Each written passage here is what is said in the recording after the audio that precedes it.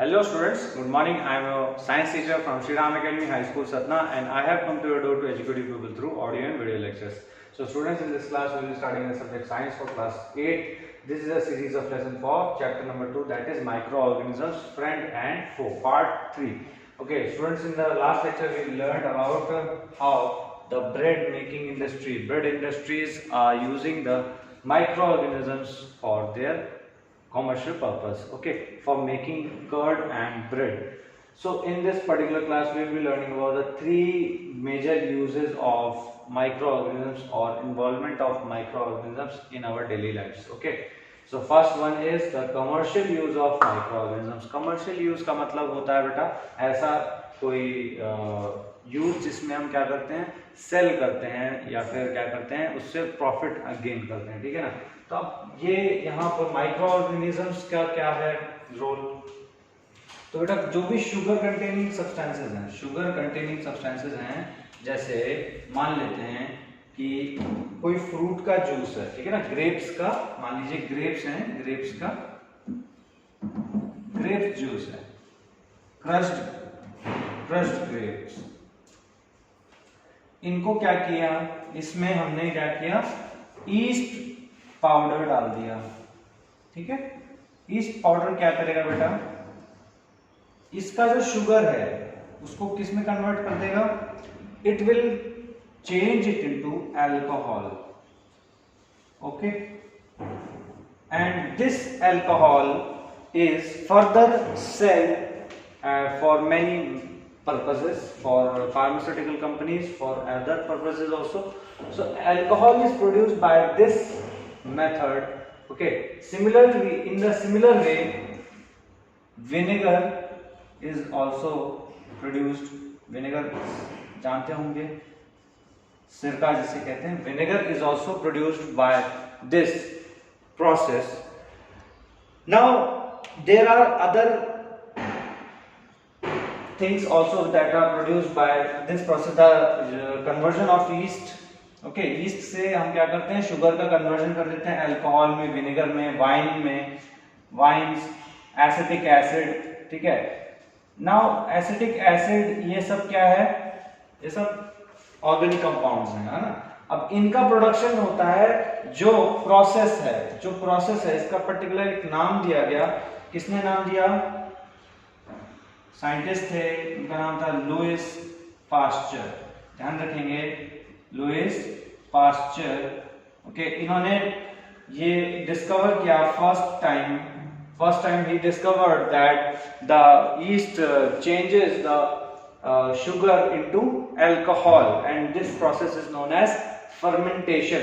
इसको हम क्या कहते हैं, फर्मेंटेशन कहते हैं। इट वाज डिस्कवर्ड इन 1857 में इन्होंने डिस्कवर किया इसको, मतलब इस प्रोसेस का नाम क्या है, basically fermentation. You can refer the book also, fermentation, for proper definition. The conversion of sugar by yeast to alcohol is basically fermentation, okay. So you have to remember this is the commercial use of microorganisms, okay. So these are the some of the things that are manufactured by the use of microorganisms. Next, coming to the medicinal use of microorganisms. Medicinal use मतलब दवाइयों में किस तरीके से इस्तेमाल किया जाता है। तो एक चीज आपने बेटा सुनी होगी, जब भी आप डॉक्टर के पास जाते हैं, कोई अगर बीमारी है तो आपको क्या देता है डॉक्टर, एक दवाई देता है, उसको बोलता है वो क्या, एंटीबायोटिक देता है। ये एंटीबायोटिक है क्या बेसिकली, एंड बायोटिक मतलब जो छोटे छोटे माइक्रो ऑर्गेनिजम्स है उनका एंटी मतलब उनको खत्म करने वाला या उनको रोकने वाला, ओके। तो ऐसा ये जो मेडिसिन है ये किससे बनती है, माइक्रो ऑर्गेनिजम से बनती है, कोई स्पेसिफिक पर्टिकुलर माइक्रो ऑर्गेनिजम से ही बनेगी, ठीक है। और ये क्या करता है, दिस किल्स और स्टॉप और kill the micro organisms, growth of micro organisms, okay. जो माइक्रो ऑर्गेनिजम्स है जिनकी वजह से बीमारी हो रही है, डिजीज कॉजिंग माइक्रो ऑर्गेनिजम्स का ग्रोथ, और उनको क्या कर देता है, ग्रोथ को स्टॉप कर देता है और उन्हें मार देता है, ये इसका काम रहता है। ठीक है, तो ऐसे ही आपके कुछ एंटीबायोटिक्स हैं, जैसे आपको पता होगा एरिथ्रोमाइसिन, आपने कभी ना कभी कोई ना कोई एंटीबायोटिक जरूर खाई होंगी। कुछ और एग्जांपल्स हैं एंटीबायोटिक के, जैसे streptomycin, tetracycline and erythromycin. These are some of the examples of antibiotics. एक और फेमस एग्जांपल है, that is penicillin. This is also a famous antibiotic used for curing many diseases. So these are basically the antibiotics which are used for stopping the growth of microorganisms or killing the microorganisms.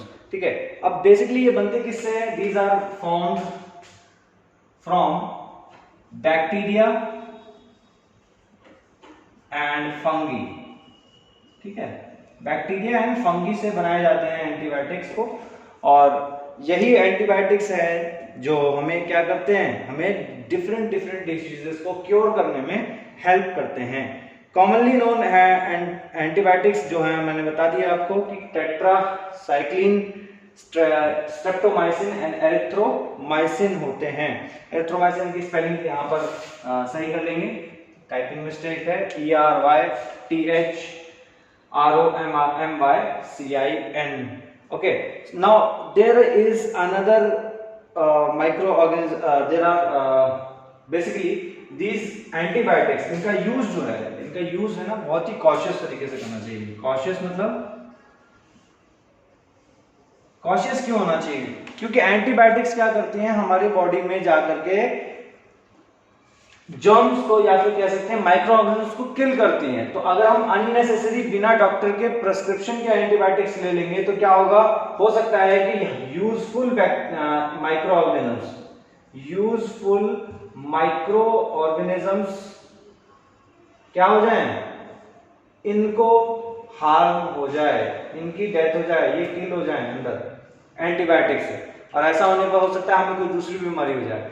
तो इसलिए हमें इनका use बहुत ही cautious तरीके से करना चाहिए। दूसरा कारण क्या है, अगर हमने बाय द वे कभी खा लिया, मान लीजिए बिना अननेसेसरी हमें जरूरत नहीं थी, तब हमने एंटीबायोटिक्स खा लिए, और जब उससे क्या होगा, हमारे लिए हमारी बॉडी उसके लिए लेस इफेक्टिव हो जाएगी। जब भी हम अगली बार वो दवाई खाएंगे हमारी बॉडी उससे लेस इफेक्टिव हो जाएगी। ठीक है ना, तो जब भी हमें उसकी सबसे ज्यादा जरूरत होगी उस टाइम पे अगर वो दवाई काम नहीं करेगी तो फिर क्या होगा, हम कभी ठीक नहीं हो पाएंगे उससे।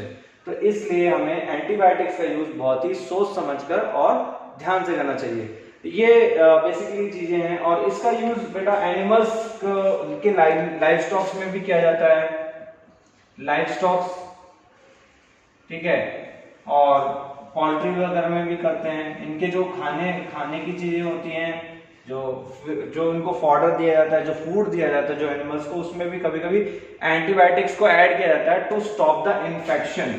जो इन्फेक्शन हो जाते हैं ना एनिमल्स में, उनको रोकने के लिए हम क्या करते हैं, बेसिकली एंटीबायोटिक्स दे देते हैं उनके खाने के अंदर ही। ठीक है, अब आते हैं बेटा नेक्स्ट हमारा वैक्सीन के ऊपर। वैक्सीन क्या होती क्या है? वैक्सीन आपको पता है कोई ऐसी दवाई जिससे क्या हो, जिसको देने से हमारी बॉडी क्या हो जाए, किसी बीमारी से पहले से ही लड़ना सीख जाती है। मतलब आपको कहा जाए कि ये वाला माउंटेन आपको क्लाइंब करना है, मान लीजिए आपको एवरेस्ट क्लाइंब करने के लिए चैलेंज किया जाए, ठीक है ना, तो आप क्या करोगे, एवरेस्ट पहले दिन से जाके नहीं क्लाइंब करोगे, क्या करोगे, एक छोटा सा पहाड़ लोगे, वहां पर क्या करोगे, क्लाइंबिंग की प्रैक्टिस करोगे। जब आप वो सीख जाओगे तो क्या करोगे, फिर दोबारा आप माउंटेन पे चढ़ने जाओगे।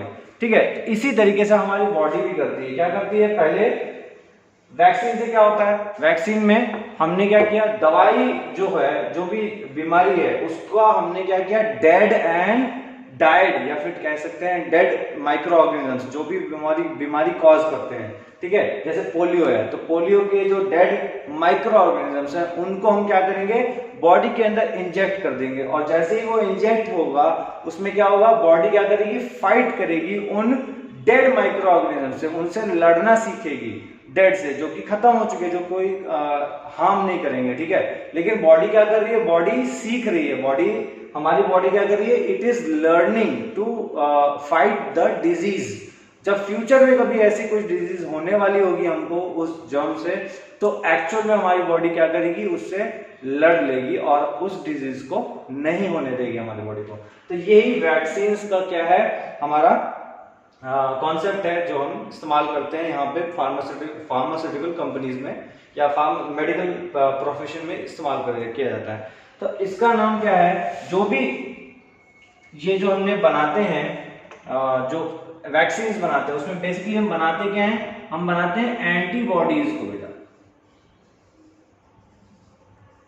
किसके अंदर एंटीबॉडीज बनती कहां है, हमारी बॉडी के अंदर बनती है। कैसे बनती है, जब मैंने कहा कि जो भी डिजीज है उसका जो भी माइक्रो ऑर्गेनिजम्स है जिससे कि वो डिजीज हो रहा है, ठीक है ना, तो वो माइक्रो ऑर्गेनिजम्स के डेड माइक्रो ऑर्गेनिजम्स को हमारी बॉडी में जब डालते हैं तो हमारी बॉडी क्या करती है, उससे लड़ने के लिए एंटीबॉडीज, उससे लड़ने के लिए एंटीबॉडीज बनाती है।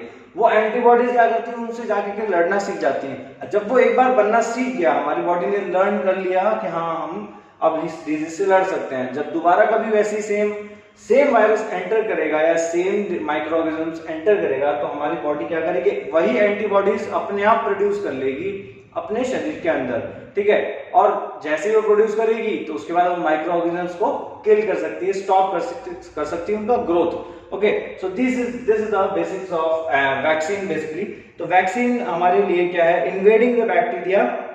इफ अब कुछ वैक्सीन आई थी लास्ट, पिछले हमारे जो पहले जो एपिडेमिक्स होते थे, जैसे स्मॉल पॉक्स हो गया, पोलियो हो गया, ठीक है, तो इन सब की वैक्सीन आई। तो स्मॉल पॉक्स की वैक्सीन, हेपेटाइटिस की वैक्सीन, ट्यूबरकुलोसिस, कोलेरा, इन सब का वैक्सीनेशन होता था। जैसे आपकी कुछ डिजीज है, कौन सी, cholera, polio, smallpox,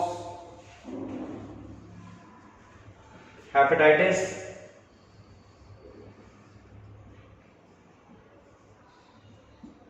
hepatitis के बाद आपका कौन सा है, tuberculosis,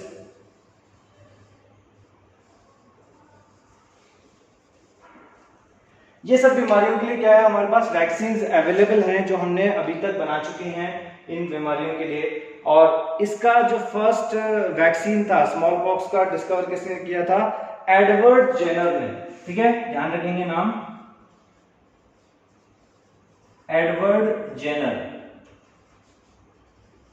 in the year of 1798 में एडवर्ड जेनर ने क्या किया, स्मॉल पॉक्स का वैक्सीन बनाया था, ठीक है, याद रखेंगे स्मॉल पॉक्स का वैक्सीन किसने बनाया है, एडवर्ड जेनर ने, ठीक है। अब बात यहां पर ये आती है कि इन सबको, ये जैसे हमारा वैक्सीन है, तो वैक्सीन लिया कैसे जाता है जनरली, या तो कैप्सूल्स के फॉर्म में, या ये मोस्ट ऑफ द टाइम हम क्या करते हैं, ड्रॉप्स के, जो पोलियो का था उससे क्या था, ओरल ड्रॉप्स के फॉर्म में जाती थी, इंजेक्शंस के फॉर्म में जाती थी, ठीक है। तो ये सब क्या है, बेसिकली वैक्सीन की हेल्प से हम क्या करते हैं, हमारा माइक्रो ऑर्गेनिजम्स की हेल्प से हम क्या करते हैं, माइक्रो ऑर्गेनिजम्स को फाइट कर लेते हैं। Okay, so this was all about our this particular topic.